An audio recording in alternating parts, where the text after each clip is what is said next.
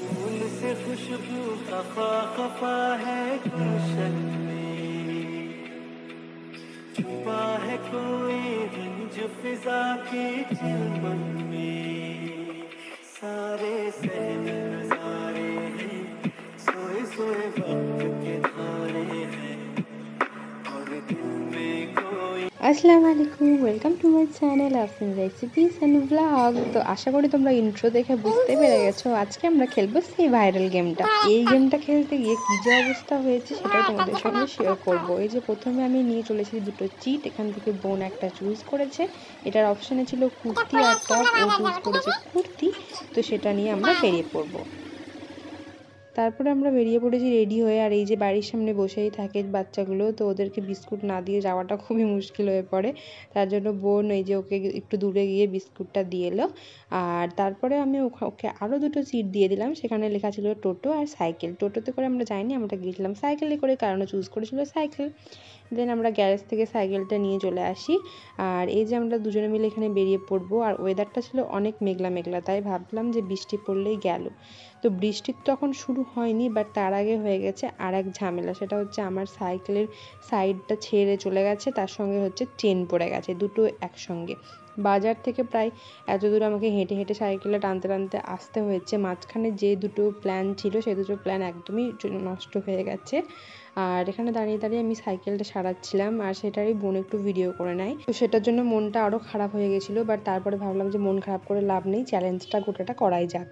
তো আমি okay next গেমটা খেলার জন্য দিয়ে দিই। এখানে দুটো অপশান ছিল, একটা হচ্ছে বার্গার আর একটা হচ্ছে আইসক্রিম। আর এখানে ও বলছে কি তুই একটু তুলে ধর, পেছন থেকে দেখা যাচ্ছে। এত বদমাস, তো সেটাকে হাসাহাসি করে ও যেহেতু দেখতেই পেয়ে গেছে, তার জন্য ও নিজের পছন্দের জিনিসটাই তুললো, সেটা হচ্ছে বার্গার। সামনেই আসলে এই ফুড বাসটা আছে, এটার নাম হচ্ছে দোস্তিয়ারি। এখানে যারা থাকে অনেকে এটা টেস্ট করেছে, আমিও দু একবার টেস্ট করেছি, বাট বার্গারটা কখনো ট্রাই করা হয়নি, তো ভাবলাম যে এখান থেকেই বার্গারটা ট্রাই করা যাক।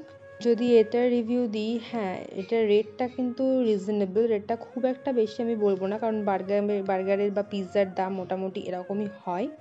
শুধু বার্গার বা পিৎজাও নয়, আরও বিভিন্ন আইটেম আছে, যেমন মোমোজ, স্যান্ডউইচ, মকটেলস।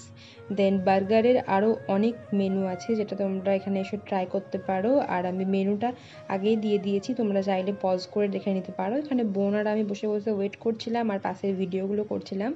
এখানে যারা কাজ করেন তারা কিন্তু সত্যি অনেক ভালো, ওনাদের ব্যবহার কিন্তু অনেক ভালো। আমি এক্সট্রা এখানে দুটো সস চেয়েছিলাম, সেটাও কিন্তু ওনারা দিয়েছেন, যেটা অনেকে দেয় না বা দিতে চায় না।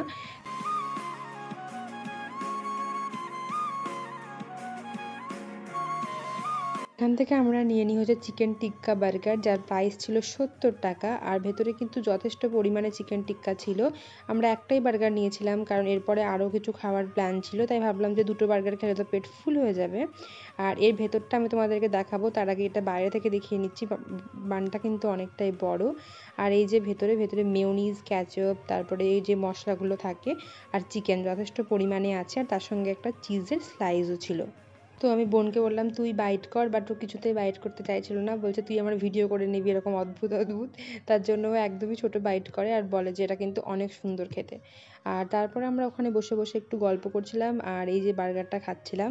তারপরে বেশ কিছুক্ষণ বসে ভিডিও করার পরে ভাবলাম যে নেক্সট একটা করা যাক। এটা তোমাদের মনে হবে যে ঘরে বসে ভিডিওটা, হ্যাঁ ঘরে বসে ভিডিওটা করা হয়েছিল, কারণ এর যে আসল ক্লিপটা মানে যেটা এখানে বসে করেছিলাম সেটা কোনো কারণে ডিলিট হয়ে গেছিলো, তার জন্য আমাকে আবারও একটা টেক নিতে হয়েছে।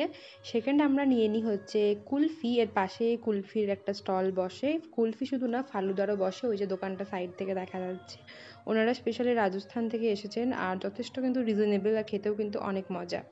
তো আজকের মতো এতটাই, ভালো লাগলে প্লিজ লাইক দিও, বাই বাই।